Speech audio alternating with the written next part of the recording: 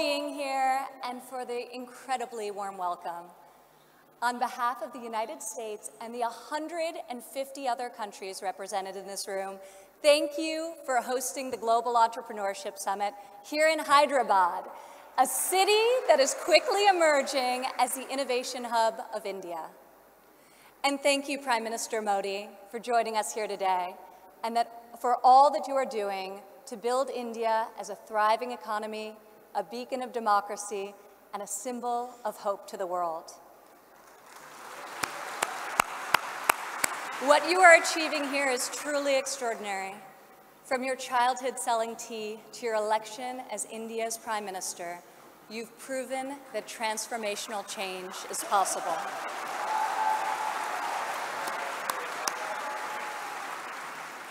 And now you are bringing that promise to hundreds of millions of people across your country. Thank you. To the people of India, I want to congratulate you as you celebrate the 70th anniversary of your independence. You are celebrating it as the world's largest democracies and one of the fastest growing economies on earth.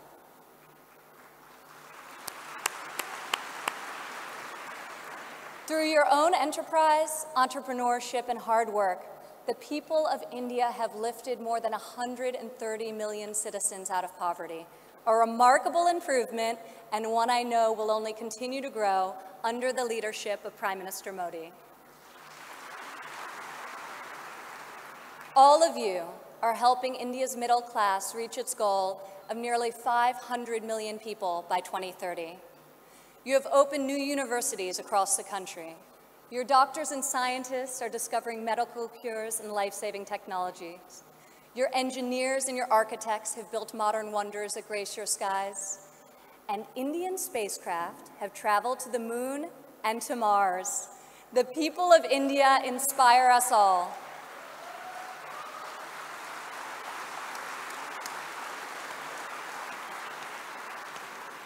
This is the first time India has hosted the Global Entrepreneurship Summit. It is a symbol of the strength and friendship between our two people and the growing economic and security partnership between our two nations. As President Trump said earlier this year, India has a true friend in the White House.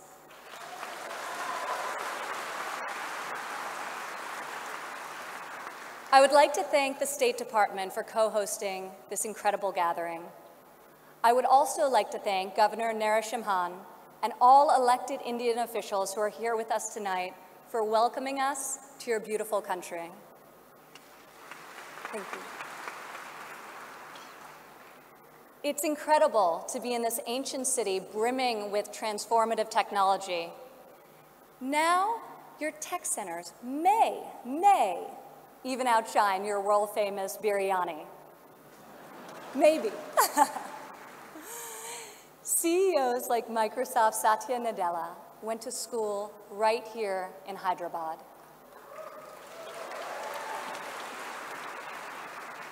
Just a few kilometers away, T-Hub's brand new facility is set to open next year and will become the largest incubator in Asia. In this city of pearls, the greatest treasure is you, the dreamers, the innovators, entrepreneurs, and leaders who never give up, never abandon your aspirations, and always strive for a better tomorrow. Today, we come together to celebrate what is happening here in India, what is happening in the United States and all over the world.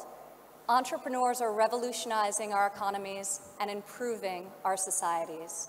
You are rewriting the rules. You have the inspiration and drive to serve our communities through the projects you start and the businesses you build.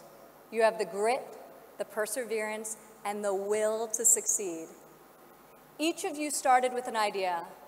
You've worked long days and nights to code the next robot, create the next app, find the next cure, and discover the next breakthrough to improve the lives of millions of people.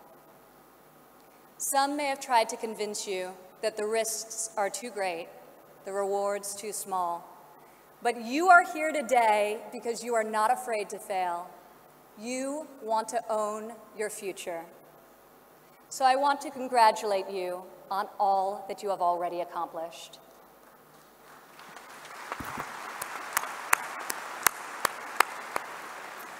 And I especially want to congratulate the women entrepreneurs here with us today.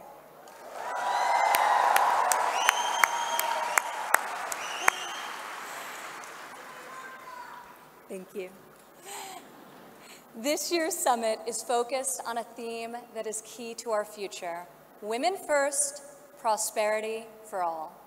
I'm proud to say that for the first time ever, women make up the majority of the 1,500 entrepreneurs selected to attend this summit. I see all of you out there. Only when women are empowered to thrive will our families, our economies, and our societies reach their fullest potential. As a former entrepreneur, employer, and executive in a male-dominated industry, I've seen firsthand that all too often, women must do more than their male counterparts to prove themselves at work, while also disproportionately caring for their families at home. After my father's election, I saw an opportunity to leave my businesses for the privilege of serving our country and empowering all Americans to succeed.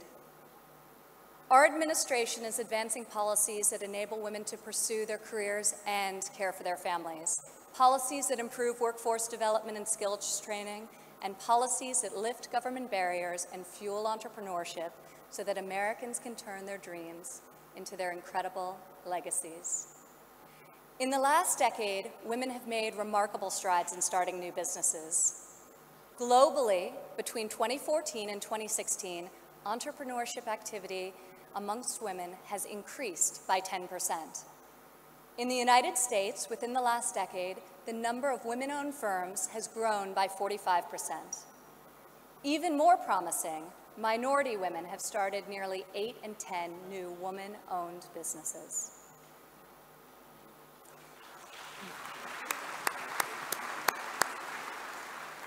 Today, more than 11 million women in the United States own businesses. They employ nearly 9 million workers and generate over $1 trillion in revenue.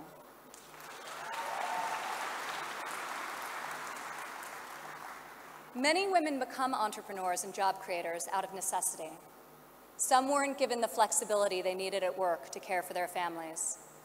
Others lacked professional sponsors or weren't given a fair shot at a promotion. Instead, women, like the many here today, are charting their own courses and achieving incredible feats. Fueling the growth of women-led businesses isn't simply good for society, it's good for our economy. One study estimates that closing the gender entrepreneurship gap worldwide could grow our global GDP by as much as 2%. The woman in this room can lead the way in closing that gap and ushering in a new era of greater prosperity.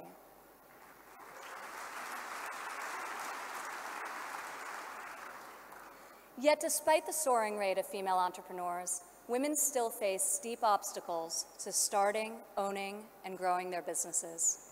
We must ensure women entrepreneurs have access to capital, access to networks and mentors, and access to equitable laws. In developing countries, 70% of women-owned small and medium-sized businesses are denied access to capital. The result has been a nearly $300 billion annual credit deficit for women entrepreneurs in the developing world. In the United States, a Harvard Business Review report found that investors ask men questions about their potential for gains, whereas they ask women questions about their potential for loss.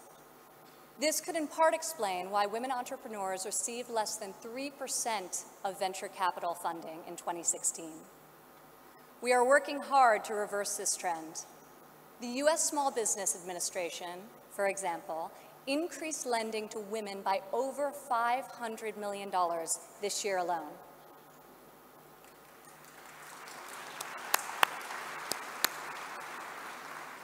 When it comes to networks and mentorship, roughly half of women in the United States say they have difficulty finding a mentor.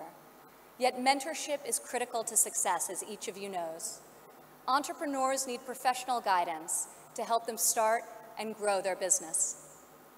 In the United States, we are fostering mentorship through programs such as SCORE, a nationwide initiative where successful men and women coach those who want to become their own CEOs.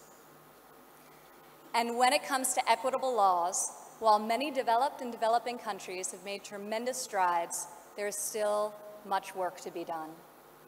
In some countries, women are not allowed to own property, travel freely, or work without the consent of their husbands. In even more countries, the cultural and family pressure is so great that women do not feel the freedom to work outside of the home. Our administration is striving to promote greater opportunity for women around the world, both through our domestic reforms and our international initiatives. This summer at the G20 conference, the United States was a founding member of a bold new initiative with the World Bank, the Women Entrepreneur Finance Initiative, also known as WEFI.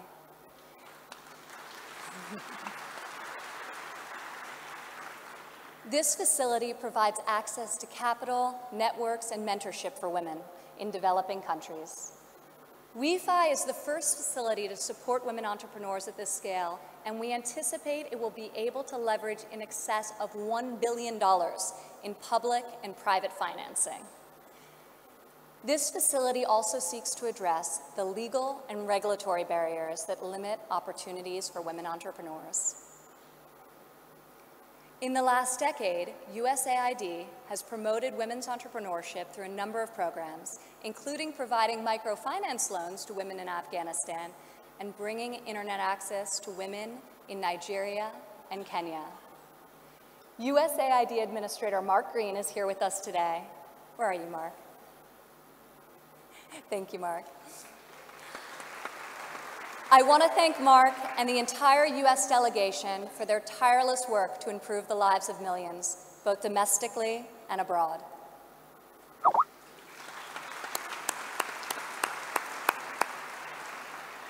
Further, as each and every one of you can attest, this summit is yet another powerful example of a U.S. initiative that connects entrepreneurs around the world with investors who believe in your mission and will champion your success. I want to thank the U.S. business leaders who have traveled all the way to Hyderabad for this inspiring event. I also want to congratulate the more than 350 American entrepreneurs who were selected to be with us here today to represent America's brightest talent.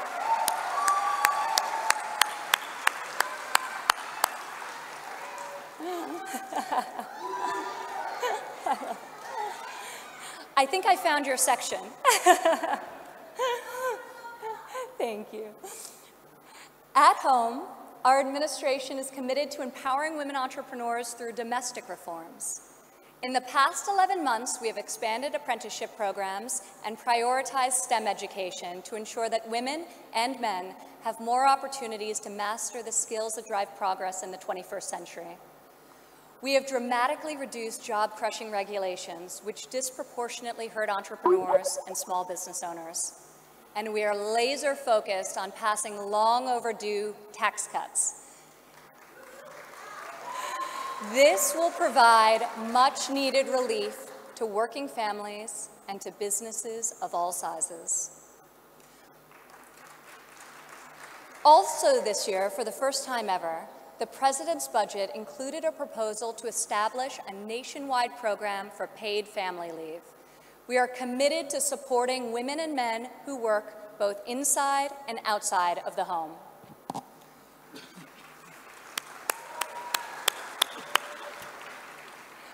When women work, it creates a unique multiplier effect.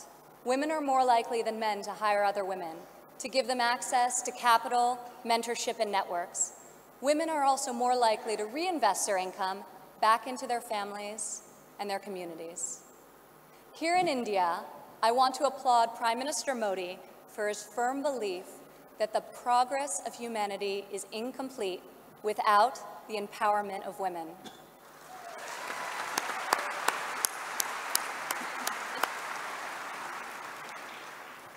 Just consider, if India closes the labor force gender gap by half, your economy could grow by over $150 billion in the next 3 years. As we kick off this 3-day summit, I encourage everyone here to come together, learn from each other, and find new ways to lift barriers in our society so that women are free to innovate, empowered to succeed, and able to leave our children a brighter future. As we strive for change, we must never forget that the best hope for our future is far greater than any single government policy. The source of our success is found in the spirit, the drive, and the talent of our people. Here with us today from San Francisco is Dara Dotz. Dara spent over a decade working in underserved communities around the world. She witnessed firsthand that many times people need very simple items: a bucket for carrying water, a splint to treat an injury, a part to fix a generator. Dara co-founded Field Ready to provide life-saving supplies through 3D printing. Today, Dara's company responds to disasters all over the world and delivers humanitarian aid with cutting-edge technology. Through her innovative solutions, Dara is saving lives and bringing hope to thousands of communities. Thank you, Dara. Please stand up, Dara.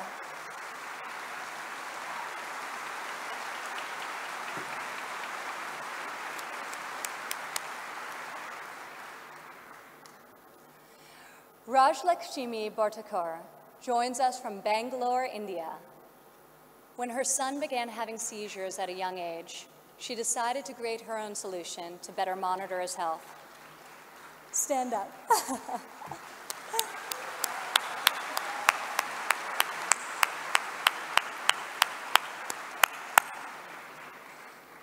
She invented a smart glove that predicts, manages, and detects different diseases and disorders using artificial intelligence. Now her company, Terra Blue, aims to make specialty healthcare accessible in even the most remote places in India. Rajlakshmi, your courage and determination is truly remarkable. Congratulations. Thank you.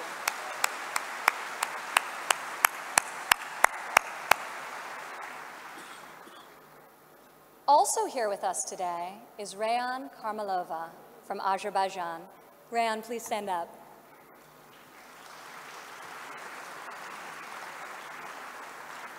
You all won't believe this, but Rayan is just 15 years old. But that has not stopped her from founding a company that harvests energy from rainwater. Rayan has a powerful motto: light up one house at a time. Rayan, each home you light up is illuminating the world. We are inspired by your brilliance and your hard work. Thank you.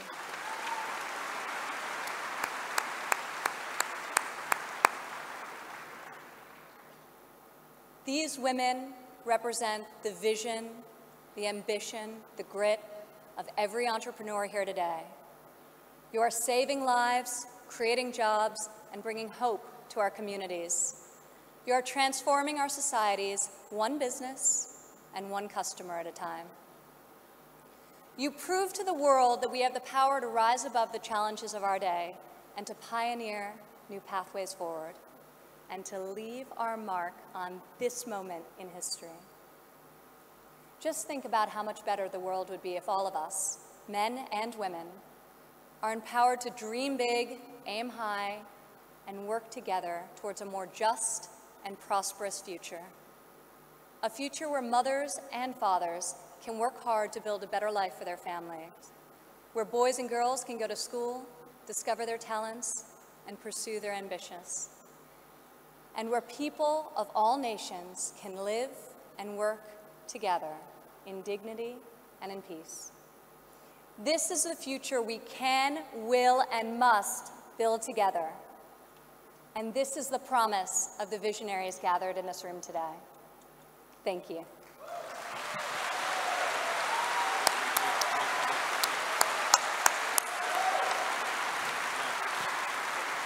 Thank you, Ms. Ivanka Trump.